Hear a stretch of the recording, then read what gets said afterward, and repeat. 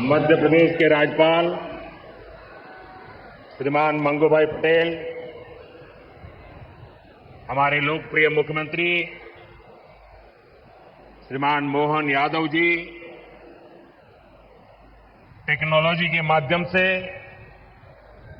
हमारे साथ जुड़े हुए केंद्रीय मंत्री, इंदौर से तोखन साहू जी, दतिया से राम मोहन नायडू जी, सतना से मुरलीधर मोहोल जी, यहां मंच पर उपस्थित राज्य के उप मुख्यमंत्री जगदीश देवड़ा जी, राजेंद्र शुक्ला जी, लोकसभा में मेरे साथी वीडी शर्मा जी, अन्य मंत्रीगण, जनप्रतिनिधिगण और विशाल संख्या में आए हुए मेरे प्यारे भाई और बहनों, सबसे पहले मैं मां भारती को, भारत की मातृशक्ति को प्रणाम करता हूं।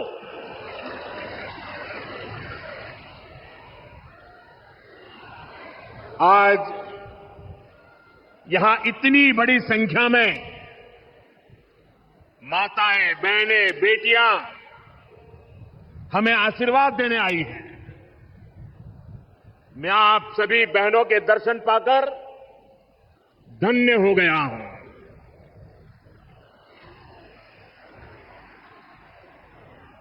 भाइयों बहनों, आज लोकमाता देवी अहिल्याबाई होलकर जी की 300वीं जन्म जयंती है। 140 करोड़ भारतीयों के लिए ये अवसर प्रेरणा का है। राष्ट्र निर्माण के लिए हो रहे भगीरथ प्रयासों में अपना योगदान देने का है। देवी अहिल्याबाई कहती थी कि शासन का सही अर्थ जनता की सेवा करना और उनके जीवन में सुधार लाना होता है। आज का कार्यक्रम उनकी इस सोच को आगे बढ़ाता है। आज इंदौर मेट्रो की शुरुआत हुई है। दतिया और सतना भी अब हवाई सेवा से जुड़ गए हैं। ये सभी प्रोजेक्ट मध्य प्रदेश में सुविधाएं बढ़ाएंगे, विकास को गति देंगे और रोजगार के अनेक नए अवसर बनाएंगे।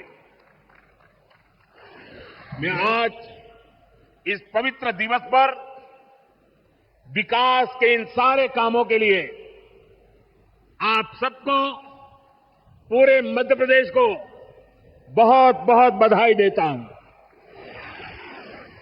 साथियों, लोकमाता देवी अहिल्याबाई होलकर, ये नाम सुनते ही मन में श्रद्धा का भाव उमड़ पड़ता है। उनके महान व्यक्तित्व के बारे में बोलने के लिए शब्द कम पड़ जाते हैं। देवी अहिल्याबाई प्रतीक है कि जब इच्छा शक्ति होती है, दृढ़ प्रतिज्ञा होती है, तो परिस्थितियां कितनी ही विपरीत क्यों न हो, परिणाम लाकर दिखाया जा सकता है। 250-300 साल पहले जब देश गुलामी की जंजीरों में जकड़ा हुआ था, उस समय ऐसे महान कार्य कर जाना कि वह आने वाली अनेक पीढ़ियां उसकी चर्चा करें, ये कहना तो आसान है, करना आसान नहीं था। साथियों, लोकमाता अहिल्याबाई ने प्रभु सेवा और जन सेवा, इसे कभी अलग नहीं माना। कहते हैं वे हमेशा शिवलिंग अपने साथ लेकर चलती थी। उस चुनौतीपूर्ण कालखंड में एक राज्य का नेतृत्व, कांटों से भरा ताज, कोई कल्पना कर सकता है? कांटों से भरा ताज पहनने जैसा वो काम। लेकिन लोकमाता अहल्याबाई ने अपने राज्य की समृद्धि को नई दिशा दी। उन्होंने गरीब से गरीब को समर्थ बनाने के लिए काम किया। देवी अहल्याबाई भारत की विरासत की बहुत बड़ी संरक्षक थी। जब देश की संस्कृति पर, हमारे मंदिरों, हमारे तीर्थ स्थलों पर हमले हो रहे थे, तब लोक माता ने उन्हें संरक्षित करने का बीड़ा उठाया। उन्होंने काशी विश्वनाथ सहित पूरे देश में हमारे अनेकों मंदिरों का, हमारे तीर्थों का पुनर्निर्माण किया। और ये मेरा सौभाग्य है कि जिस काशी में लोक माता अहल्याबाई ने विकास के इतने काम किए, उस काशी ने मुझे भी सेवा का अवसर दिया है। आज अगर आप काशी विश्वनाथ महादेव के दर्शन करने जाएंगे तो वहां आपको देवी अहल्याबाई की मूर्ति भी वहां पर मिलेगी। साथियों, माता अहल्याबाई ने गवर्नेंस का एक ऐसा उत्तम मॉडल अपनाया जिसमें गरीबों और वंचितों को सबसे ज्यादा प्राथमिकता दी गई। रोजगार के लिए, उद्यम बढ़ाने के लिए उन्होंने अनेक योजनाओं को शुरू किया। उन्होंने कृषि और वन उपज आधारित कुटीर उद्योग और हस्तकला को प्रोत्साहित किया। खेती को बढ़ावा देने के लिए छोटी छोटी नहरों की जाल बिछाई, उसे विकसित किया। उस जमाने में आप सोचिए, 300 साल पहले जल संरक्षण को बढ़ावा देने के लिए उन्होंने कितने ही तालाब बनवाए। और आज तो हम लोग भी लगातार कह रहे हैं, कैच द रेन, बारिश के एक एक बूंद के पानी को बचाओ। देवी अहल्या जी ने 250-300 साल पहले हमें एक काम बताया था। किसानों की आय बढ़ाने के लिए उन्होंने कपास और मसालों की खेती को प्रोत्साहित किया। आज 250-300 साल के बाद भी हमें बार बार किसानों को कहना पड़ता है कि क्रॉप डाइवर्सिफिकेशन बहुत जरूरी है। हम सिर्फ धान की खेती करके या गन्ने की खेती करके अटक नहीं सकते। देश की जरूरतों को, सारी भी चीजों को हमें डाइवर्सिफाई करके उत्पादित करना चाहिए। उन्होंने आदिवासी समाज के लिए, गुमंतु टोलियों के लिए खाली पड़ी जमीन पर खेती की योजना बनाई। ये मेरा सौभाग्य है कि मुझे एक आदिवासी बेटी, आज जो भारत के राष्ट्रपति पद पर विराजमान है, उनके मार्गदर्शन में मेरे आदिवासी भाई बहनों की सेवा करने का मौका मिला है। देवी अहल्या ने विश्व प्रसिद्ध माहेश्वरी साड़ी के लिए नए उद्योग लगाए। और बहुत कम लोगों को पता होगा कि देवी अहल्या जी हुनर की पारखी थी। और वो जूनागढ़ से, गुजरात में जूनागढ़ से कुछ परिवारों को माहेश्वर लाई और उनको साथ जोड़ करके आज से 250-300 साल पहले ये माहेश्वरी साड़ी का काम आगे बढ़ाया, जो आज भी अनेक परिवारों का वो गहना बन गया है और जिससे हमारे बुनकरों को बहुत फायदा हुआ। साथियों, देवी अहल्याबाई को कई बड़े सामाजिक सुधारों के लिए भी हमेशा याद रखा जाएगा। आज अगर बेटियों की शादी की उम्र की चर्चा करें तो हमारे देश में कुछ लोगों को सेक्युलरिज्म खतरे में दिखता है। उनको लगता है ये हमारे धर्म के खिलाफ है। ये देवी अहल्या जी देखिए, मातृशक्ति के गौरव के लिए उस जमाने में बेटियों की शादी की उम्र के विषय में सोचती थी। उनकी खुद की शादी छोटी उम्र में हुई थी, लेकिन उनको तो पता था कि बेटियों के विकास के लिए कौन सा रास्ता होना चाहिए। ये देवी अहल्या जी थी, उन्होंने महिलाओं का भी संपत्ति में अधिकार हो, जिन स्त्रियों के प्रति की असमय मृत्यु हो गई हो वो फिर विवाह कर सके। उस कालखंड में ये बातें करना भी बहुत मुश्किल होता था, लेकिन देवी अहल्याबाई ने इन समाज सुधारों को भरपूर समर्थन दिया। उन्होंने मालवा की सेना में महिलाओं की एक विशेष टुकड़ी भी बनाई थी। ये पश्चिम की दुनिया के लोगों को पता नहीं है, हमें कोसते रहते हैं। हमारी माताओं बहनों के अधिकारों के नाम पर हमें नीचा दिखाने की कोशिश करते हैं। 250-300 साल पहले हमारे देश में सेना में महिलाओं का होना, साथियों, महिला सुरक्षा के लिए उन्होंने गांवों में नारी सुरक्षा टोलियां ये भी बनाने का काम किया था। यानी माता अहल्याबाई राष्ट्र निर्माण में हमारी नारी शक्ति के अमूल्य योगदान का प्रतीक है।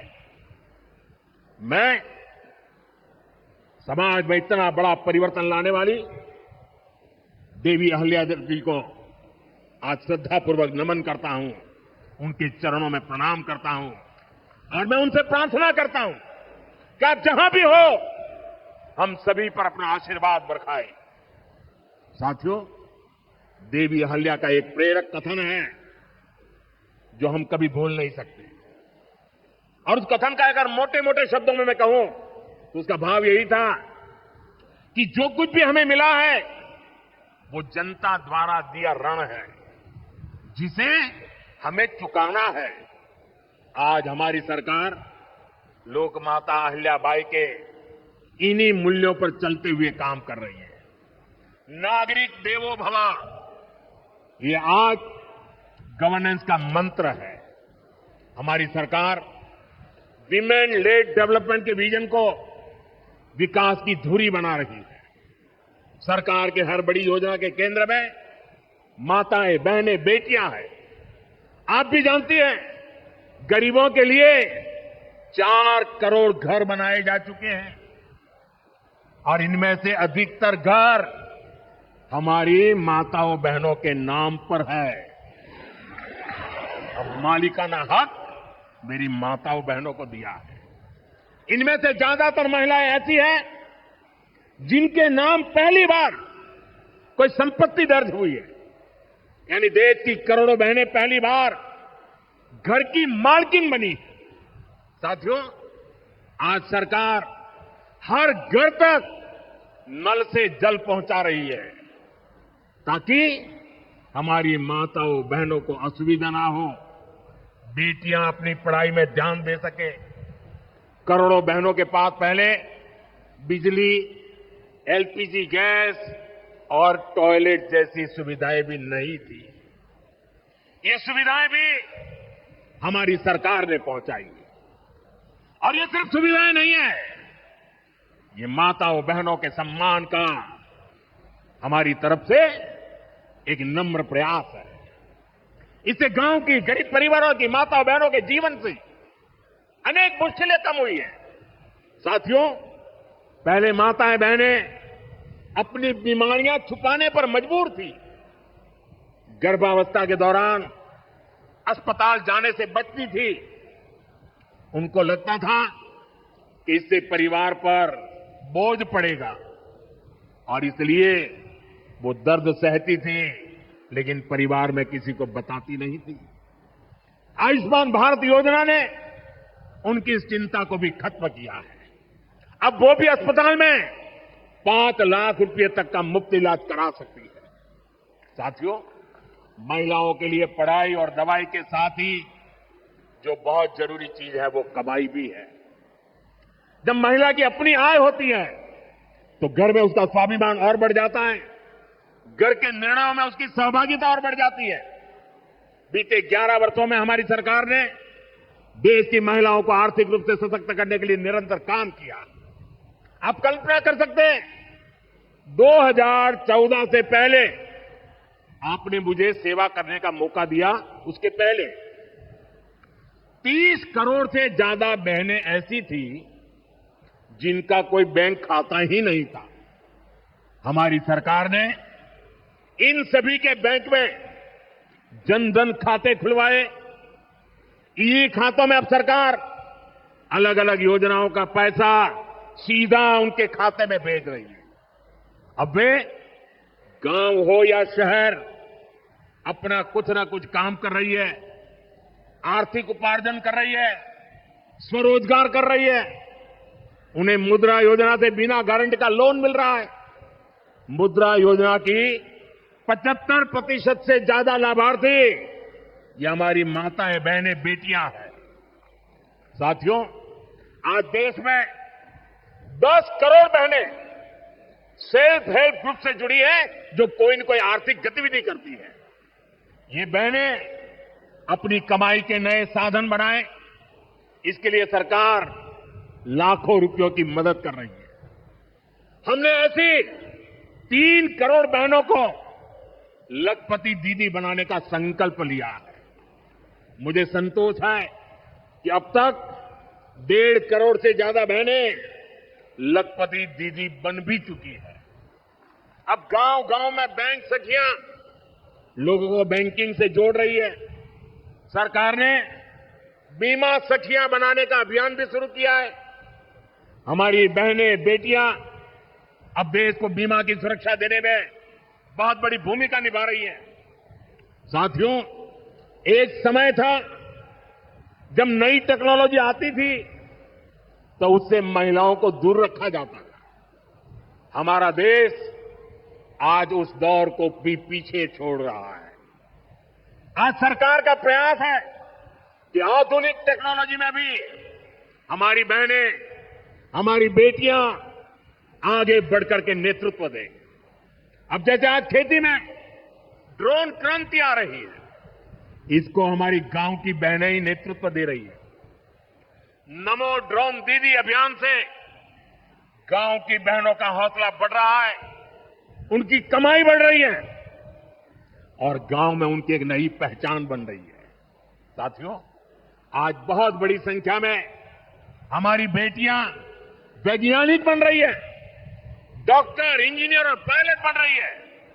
हमारे यहां साइंस और मैथ्स पढ़ने वाली बेटियों की संख्या लगातार बढ़ रही है। आज जितने भी हमारे बड़े स्पेस मिशन हैं, उनमें बड़ी संख्या में वैज्ञानिक के नाते हमारी माताएं, बहनें, बेटियां काम कर रही है। चंद्रयान 3 मिशन पूरा देश गौरव कर रहा है। चंद्रयान 3 मिशन में तो 100 से अधिक महिला वैज्ञानिक और महिला इंजीनियर शामिल थी। ऐसे ही जमाना स्टार्टअप का है। स्टार्टअप के क्षेत्र में भी हमारी बेटियां अद्भुत काम कर रही है। देश में लगभग 45% स्टार्टअप की, उसमें कम से कम एक डायरेक्टर कोई न कोई हमारी बहन है, कोई न कोई हमारी बेटी है, महिला है, और ये संख्या लगातार बढ़ रही है। साथियों, हमारा प्रयास है कि नीति निर्माण में बेटियों की भागीदारी लगातार बढ़े। बीते 1 दशक में इसके लिए एक के बाद एक अनेक कदम उठाए गए हैं। हमारी सरकार में पहली बार पूर्णकालिक महिला रक्षा मंत्री बनी, पहली बार देश की वित्त मंत्री एक महिला बनी, पंचायत से लेकर पार्लियामेंट तक महिलाओं की संख्या लगातार बढ़ रही है। इस बार 75 सांसद महिलाएं हैं, लेकिन हमारा प्रयास है कि ये भागीदारी और बढ़े। नारी शक्ति वंदन अधिनियम के पीछे भी यही भावना है। सालों तक इस कानून को रोका गया, लेकिन हमारी सरकार ने इसे पारित करके दिखाया। अब संसद और विधानसभाओं में महिला आरक्षण पक्का हो गया है। कहने का अर्थ यह है कि भाजपा सरकार बहनों बेटियों को हर स्तर पर, हर क्षेत्र में सशक्त कर रही है। साथियों, भारत संस्कृति और संस्कारों का देश है, और सिंदूर ये हमारी परंपरा में नारी शक्ति का प्रतीक है। राम भक्ति में रंगे हनुमान जी भी सिंदूर को ही धारण किए हुए हैं। शक्ति पूजा में हम सिंदूर का अर्पण करते हैं, और यही सिंदूर अब भारत के शौर्य का प्रतीक बना है।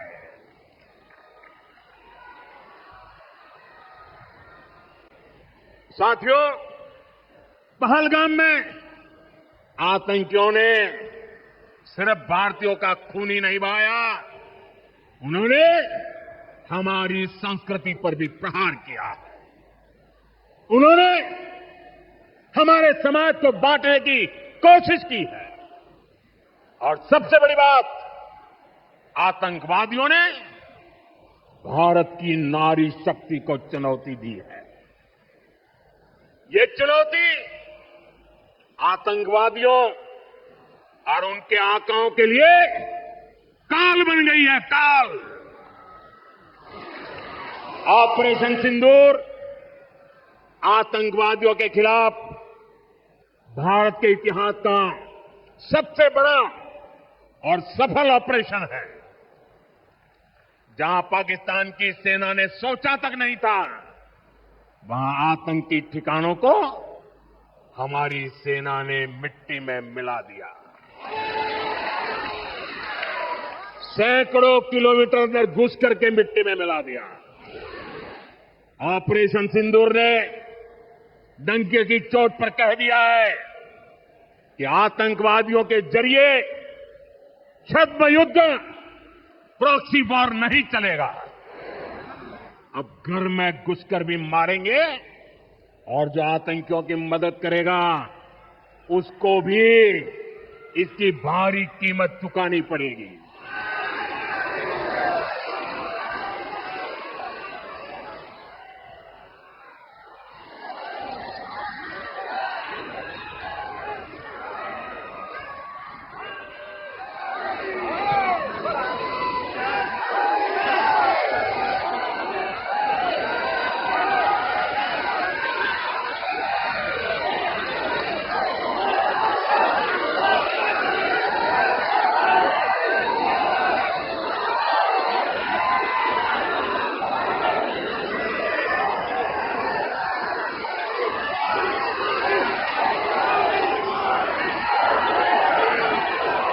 भारत का एक एक नागरिक कह रहा है,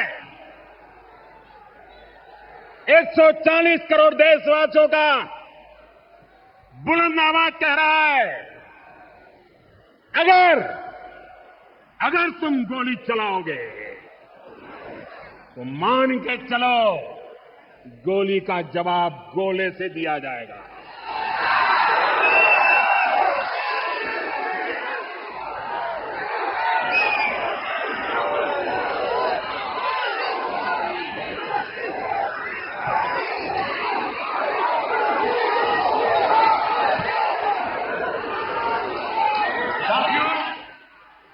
ऑपरेशन सिंदूर हमारी नारी शक्ति के सामर्थ्य का भी प्रतीक बना है। हम सभी जानते हैं कि बीएसएफ का इस ऑपरेशन में कितना बड़ा रोल रहा है। जम्मू से लेकर पंजाब, राजस्थान और गुजरात की सीमा तक बड़ी संख्या में बीएसएफ की हमारी बेटियां मोर्चे पर रही थी, मोर्चा संभाल रही थी। उन्होंने सीमा पार से होने वाली फायरिंग का मुंह तोड़ जवाब दिया। कमांड एंड कंट्रोल सेंटर से लेकर दुश्मनों की पोस्टों को ध्वस्त करने तक बीएसएफ की वीर बेटियों ने अद्भुत शौर्य दिखाया है। साथियों, आज दुनिया राष्ट्र रक्षा में भारत की बेटियों का सामर्थ्य देख रही है। इसके लिए भी बीते दशक में सरकार ने अनेक कदम उठाए हैं।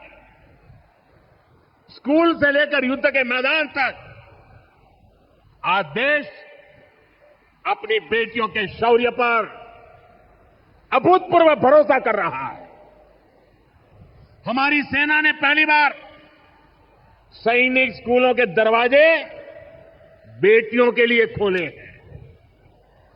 2014 से पहले एनसीसी में सिर्फ 25% कैडेट्स ही बेटियां होती थी।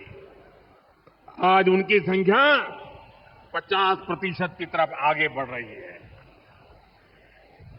कल के दिन देश में एक और नया इतिहास बना है।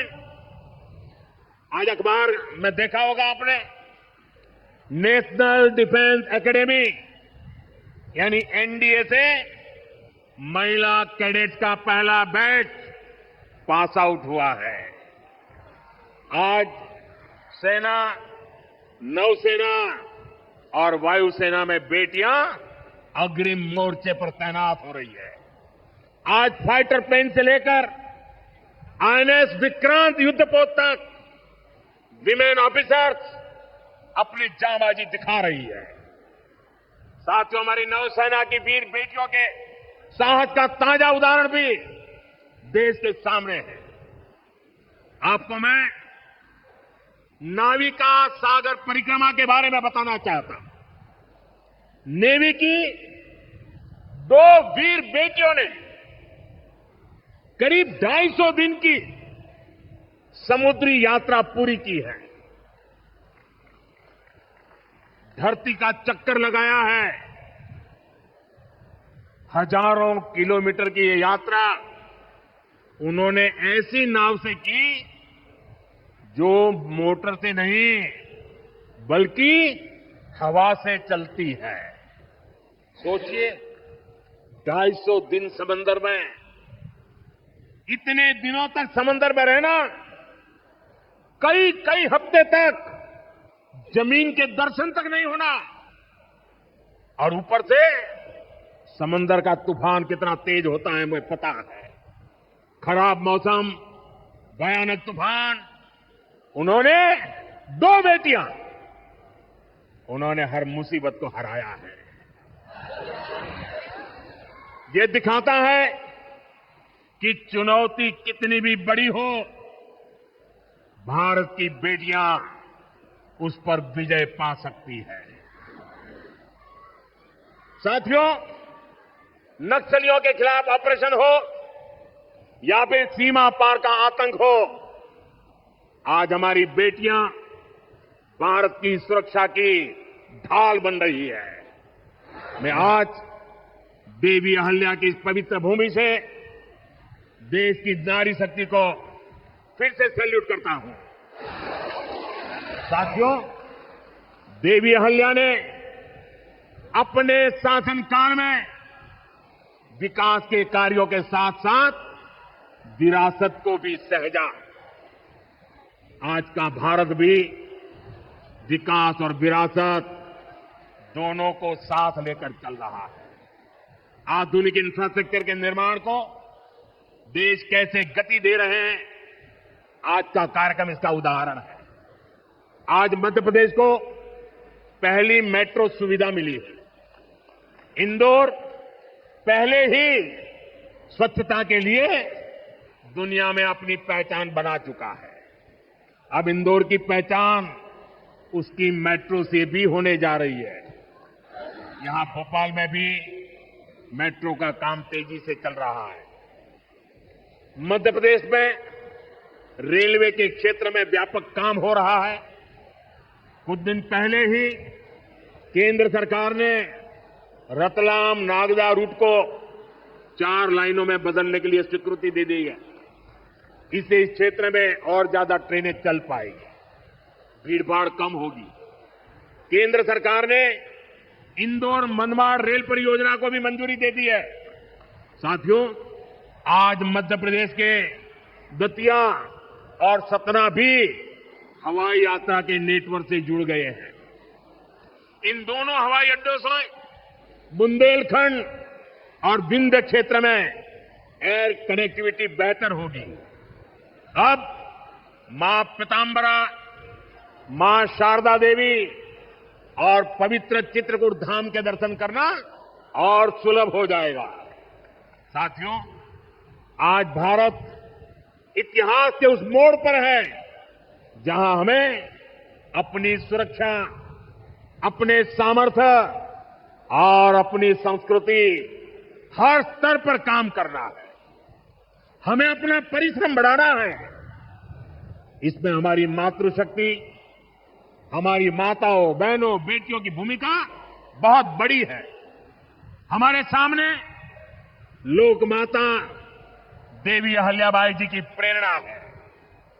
रानी लक्ष्मीबाई, रानी दुर्गावती, रानी कमलापति, अवंतीबाई लोधी, कित्तूर की रानी चेन्नम्मा, रानी गाडिल्यो, वेलु नाचियार, सावित्रीबाई फुले, ऐसे हर नाम हमें गौरव से भर देते हैं।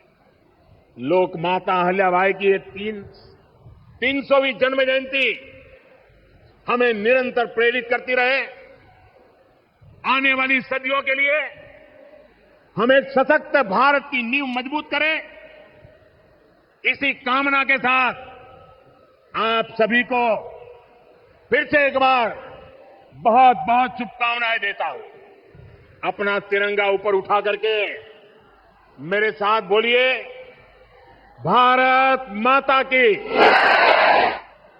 भारत माता की, भारत माता की, वंदे वंदे वंदे वंदे वंदे वंदे वंदे वंदे वंदे।